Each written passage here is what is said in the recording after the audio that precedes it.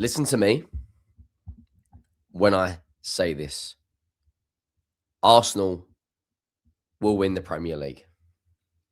I was told in the comments, I saw all over the socials, TikTok, Instagram, Twitter, you name it, that Man City are better. Man City will run away with it. Man City have got the best manager in the world. Man City have got the best striker in the world. Rodri's back. Ballon d'Or Rodri is back. Look at what Cherki is doing. Look what Phil Foden is doing. What I see right now is not what I've seen in recent years with City. They aren't the same team. They lack their mentality right now. You let it slip against Sunderland. Arsenal played yesterday. You had to go out there and do one job for me. One job for me, which is beat Chelsea. And there can be no excuse today. Absolutely no excuse. None whatsoever. Because right now, they were 4 points behind. Today, they're now 6 points behind. 6 points clear. And I'm going to be honest. I'll be brutally honest, like I try to do every single video on this channel. I personally believe Manchester City will not win the Manchester derby.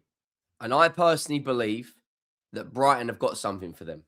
I said this on my preview with Terry. I believe City will drop points. I think Chelsea could do something. People in the comments are saying, oh, no, you're mad. Listen to me when I say this. 6 points at this stage of the season, where one team has got Declan Rice, Gabriel, all firing all cylinders, all singing from the same hymn sheet, all buying into it. The other one has just let 4 points slip massively. And I don't want to hear any excuses, because Haaland was there. Foden was there. Cherki was there. Rodri was there.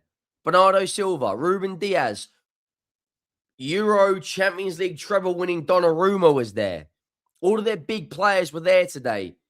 And they let it slip again. Where has the goals gone? Where has the Erling Haaland goals gone? We've got to break it down, guys. Make sure you go down, drop a like on the video if you haven't already. Let me know your thoughts. We've hit 1,000, 2,000, 3,000 likes on this channel in recent weeks, which is absolutely obscene. It really, really is.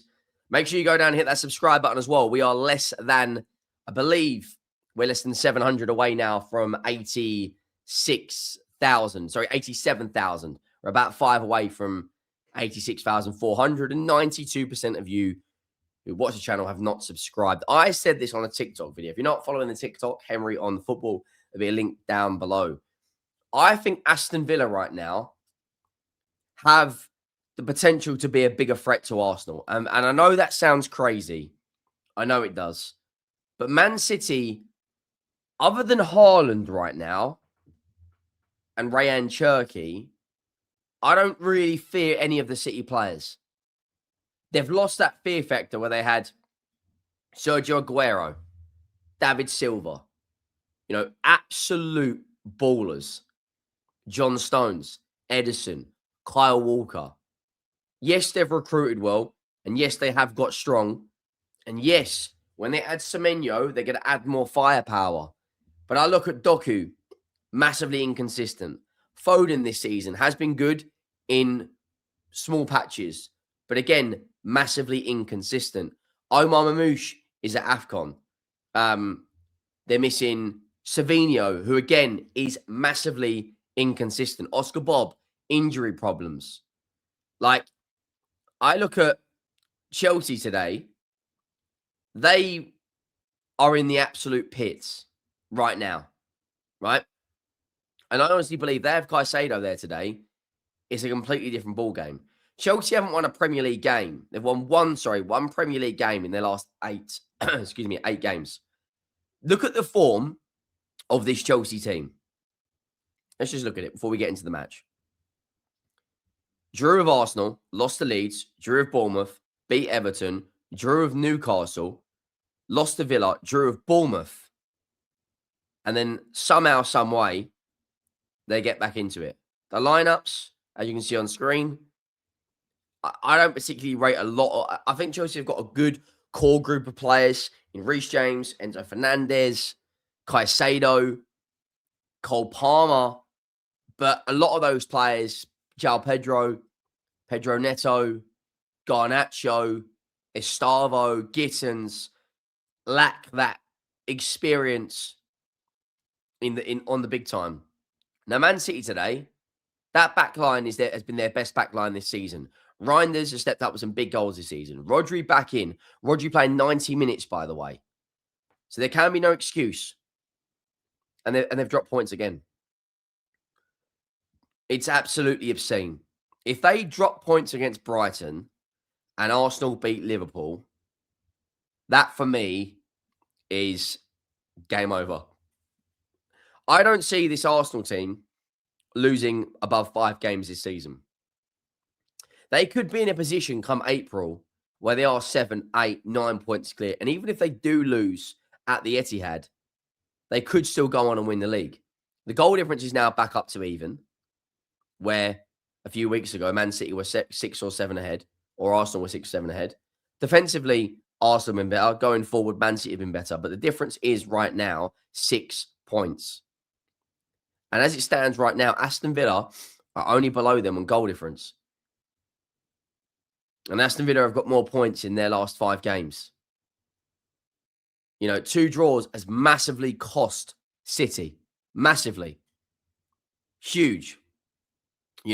First half, pretty much majority Man City.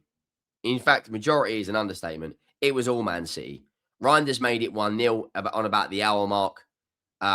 Second half, Cole Palmer, huge chance, has to score. Erling Haaland today, not at his best. Foden today, not at his best. Cherki today, not at his best. City finally get the breakthrough, and you're thinking when they score, that's it. Because Chelsea defensively aren't strong. They're crying out for new centre-backs. They've got very good fullbacks in Justo, James, Gusto, and Cucurella. But centre-backs, Badiashile, Trevor Chalobah, Fofana, none of them really are world beaters, are they? Let's be honest. Cherki plays a nice little 1-2 with Rodri. Ball finds its way into Reijnders. It gets deflected off Badiashile. I think it was Haaland had a shot deflected off Badiashile? I think it was. Falls into Reijnders' path, makes it 1-0. Go into half-time, break 1-0, and I'm thinking, right, that's it now. That's it. They should, they should go and bury them now. Early on in the second half, Neto has that big chance, puts it over the bar. Cole Palmer has a big chance, puts it wide. And then Enzo Fernandez, who has stepped up massively this season with a lot of goals for a number 8, equalises in the 93rd minute. And what's really interesting is Chelsea had bigger chances. Chelsea had more XG. Chelsea had the same amount of shots on target as Manchester City.